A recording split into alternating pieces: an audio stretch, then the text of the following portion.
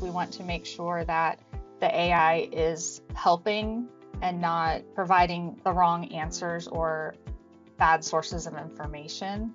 That's something that we find to be really important, obviously, in intelligence work, is that we want to make sure that we're providing right answers, the best answers, accurate information.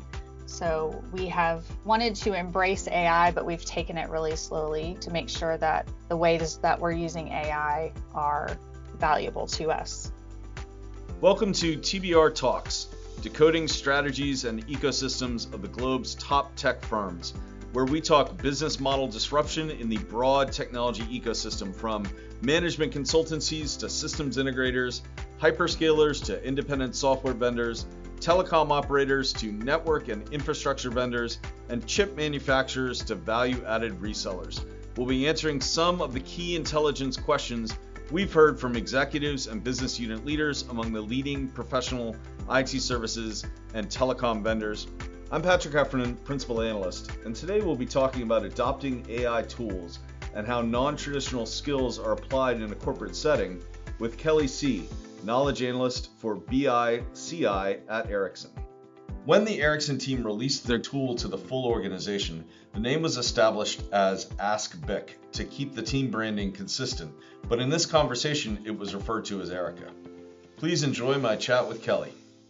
Excellent. Kelly, thank you so much for joining the podcast. I really appreciate it. I know when we met in Texas a couple of months ago, it was great to see you in person, and I know I sort of threw this out there as an idea, and I'm so glad you jumped on the opportunity. Well, thanks for having me. I'm looking forward to our discussion. Yeah, and maybe we could start off with just sort of your roles and responsibilities at Ericsson, maybe how it's changed and like sort of what is most of your job today, and maybe a little bit of how it's changed from when you first began at Ericsson. Yeah, so I started at Ericsson almost 20 years ago. We had a library at our North American headquarters in Texas, and I was getting my master's in library science. So I was an intern and then got hired to work in the library. And so we did all the traditional library things. We actually had books that we checked out. We had some digital material, and then we did research. And eventually that library went away and I went to work in the Business Intelligence Center, which is similar in that we do research and we support people that are trying to find information, but we solely have market research as our purview. So we put market research into a portal that we have online, which we call BIC, or our Business Intelligence Center. And then I specifically support internal knowledge management. So we have all the external market research that my colleague Elizabeth Roberts is responsible for. And then I work with internal teams to help get internal sources of intelligence. So reports or presentations or any material that they're generating in their daily work, and getting that into our portal so that when our users go out and search for information, they can find both that external and internal material. So go ahead. Yeah, so you said a couple things here that really have sparked a lot of interest for me. First, getting a master's in library science. When you started your sort of academic pursuit in that, you probably weren't thinking I'm going to work for a great big telecom company, or was Ericsson a company you had targeted that you wanted to work for? I'm just curious. No, not at all. I figured I would probably either work in a public library or an academic library. And I did not have any previous library experience when I started grad school. And I went to a networking session where they brought in librarians from all different aspects. They had academic and public, and then they had several corporate librarians there.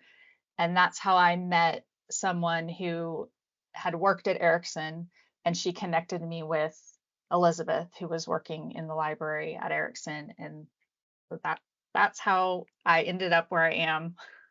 That's fantastic. I mean, I was with Deloitte for a while doing competitive intelligence, and the same kind of experience where I didn't even know that competitive intelligence within enterprises and companies existed. Sounds like you probably didn't know that there were such things as these corporate libraries that you could go join or exactly. And the great thing was that the aspect of it that I really loved was doing research, and I got the opportunity to do that in addition to the traditional library things. So it ended up being a perfect fit. And now so even more with working in BIC, getting to support intelligence research and learn more about business and competitive intelligence has been really good.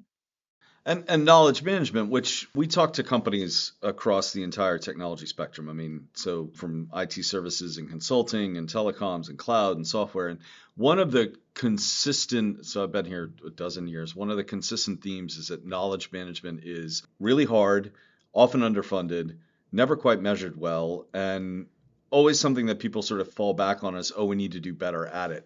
So how do you, let's take a couple of those, like how do you measure your own success when it comes to knowledge management? What's the way that you say, okay, my mission here at Ericsson has been better served this year because we accomplished this with respect to knowledge management? That's a really tough one because it is something that everybody knows they need to do and that they need to do better, but it's a challenge to make the time and to change people's habits and to get people to share, which can be really challenging. So one of the ways that we have measured it is just counting the number of things that people are sharing. So just in a really simple way, how many knowledge assets, we call them, are people sharing into the BIC platform? And then we've also worked with teams who have found other ways to share not just knowledge assets, but other types of insights. We also do special pages on our platform for different teams so that they can come into the platform on their own dedicated page that has information that's specific to their business area or their market area. So the more interaction that we have with teams, the number of teams that we're supporting, the number of questions or projects that we work on with those teams, those are just kind of the basic ways that we measure it. Also, we work a lot to just make people aware of what we're doing, not just knowledge management, but also just BIC in general and the market research that's available to the organization. So we do newsletters, we do training, we participate in team meetings and things. So we keep track of all of our interactions as well. Yeah, and so that, I mean, you have to start with the sort of the most fundamental thing, like what are people actually sharing? That makes sense, and keeping track of that's got to be a challenge. But we've had on the podcast a number of analyst relations professionals, and the question I come back to them a lot is, what does a good internal client look like? Like who do you like to work with within your own company because they understand what you do and what value you bring? How about for knowledge management? What's a good knowledge management client, internal client? What do they like? Just somebody who is eager to share, I would say, is probably the best internal client. Somebody who really gets behind the idea that what we're doing is benefiting other people in the company and they're willing to work with us and help us as well as we help them. So they become actually our biggest cheerleaders within the organization as well. So they're sharing in our portal and then they go out and tell people, "Hey, we have this great tool. You should be using this as well." Yeah, that's something that you share in common with the analyst relations professionals that we talk to is that when they find somebody who's an advocate for what they're doing, it's sort of, it's great for you to go out and tell everybody about what you're doing, but it's even better when somebody internally is like, hey, this is this incredible resource, go use them. So, Exactly. Yeah. yeah, I'm curious. So the other thing I'd love to talk about is sort of how much.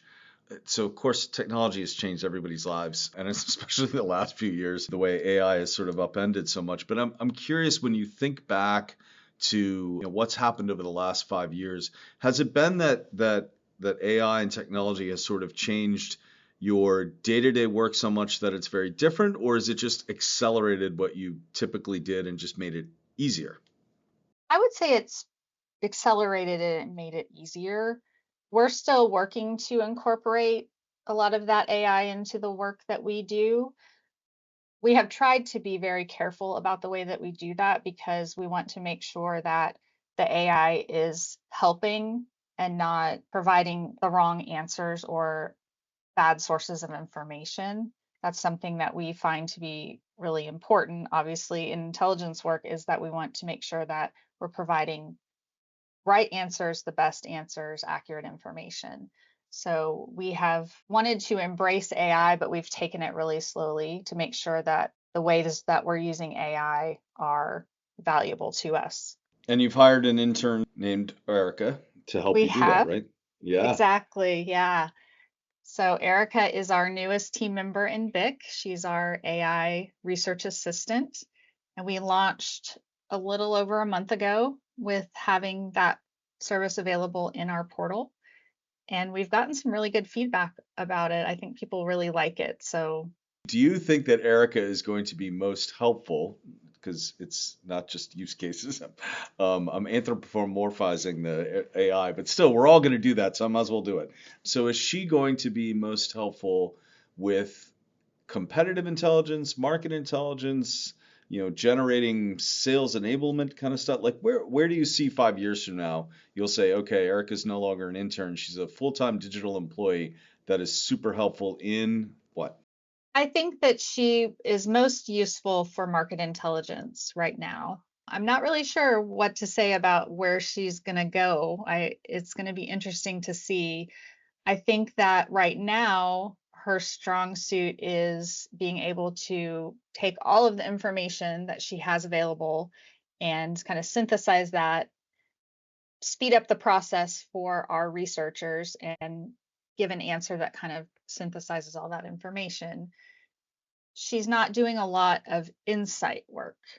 The technology behind Erica is that she uses RAG. So she Hmm. takes the information that we have, the market research, looks into it, and brings back an answer. So she's not reading it and necessarily creating insights out of that. She's just pulling out information that the analyst firms have provided us. So in that sense, she's providing insights, but they're not her insights.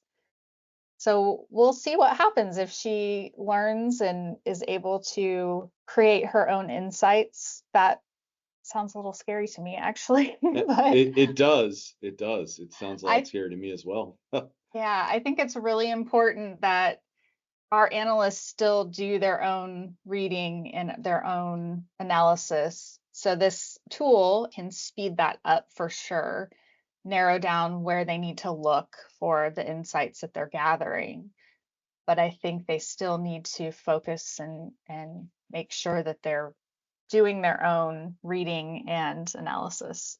I think that's such a valuable resource that we have are the people inside our organization. And I don't want AI to be seen as a magic tool that will take the place of all of these important minds that we have. Right.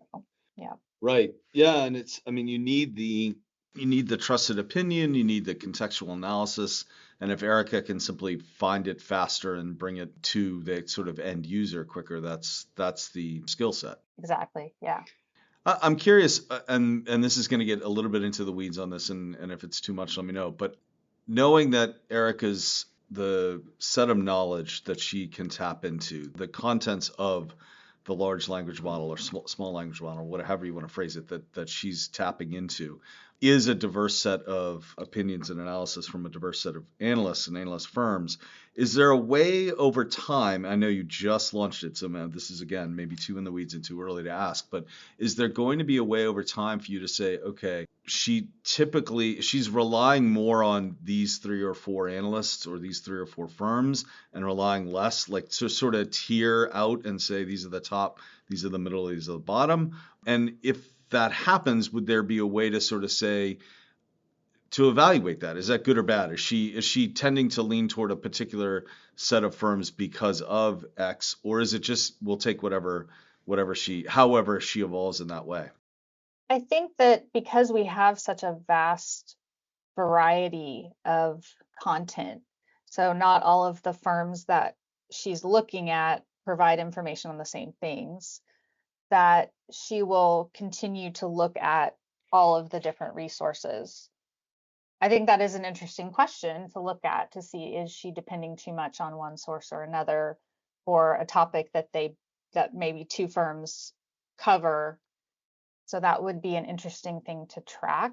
It's not something that I've actually thought too much about, but I do think that just because we have a variety of information and we have people asking a broad range of questions on different technologies or different trends and things that are happening in the industry, that hopefully that won't happen, but something to watch for. Absolutely, and maybe we can gather again in 6 months or so, have Elizabeth on with us and talk about where Erica is now. Has she, she's no longer an intern, she's now a full-time digital employee, and these are the things that she's doing really well. Exactly. And that's something too that we've asked our users to provide feedback for us on the tool, because they're the ones that can point out to us, is there an error? She doesn't hallucinate very much. Just there have been a couple of things where she'll give an error in her answer, as I think all AI LLMs have been shown to do. And so we have Right. to make sure that we're finding out about those errors. And so we have encouraged our users, hey, if there are errors or there's an answer that's not quite right, please share that with us. We want that feedback, because Elizabeth and I use the system, but not in the same way that somebody who's doing research on a topic that maybe we're not looking at is. Right. So Right.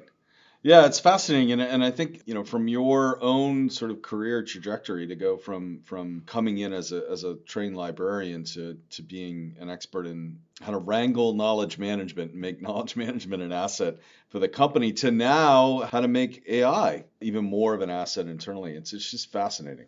it's a very interesting change for sure, but I think that the knowledge that I have from library science, and that you learn all of the search techniques and Boolean logic and all of that, I think that will translate to prompt engineering and figuring out how do we ask the generative AI systems questions so that we get the best possible responses. And that's something we're also focusing on, is training our users to ask questions in the best way, because search is not necessarily a natural skill that everyone has. They are used to going out to Google and just asking a question, but with AI, you have to be very specific. You may have to include dates and sources and things like that. So that's another, hopefully, skill that I can bring to helping our users get the most out of our new AI assistant. Yeah, that reminds me of like when Gen AI first, when ChatGPT first sort of exploded a year and a half, 2 years ago now. One of the sort of the ways I thought about it a lot was that we have an Alexa in our kitchen, and there are still times when we ask Alexa a question and we get an answer that makes absolutely no sense at all. It's like, yeah, there's still a ways to go here with the AI. There's still a lot of work to be done, and not just in the AI and the technology itself, but in the human component of asking the right question, understanding how to ask the right question.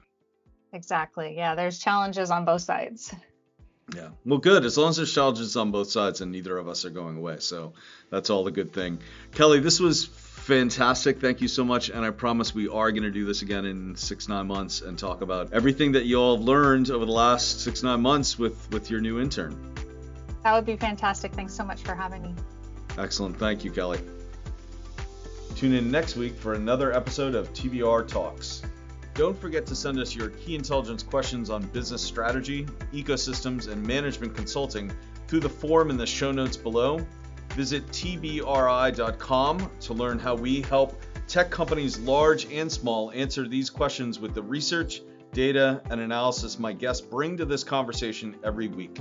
Once again, I'm your host, Patrick Heffernan, Principal Analyst at TBR. Thanks for joining us, and see you next week.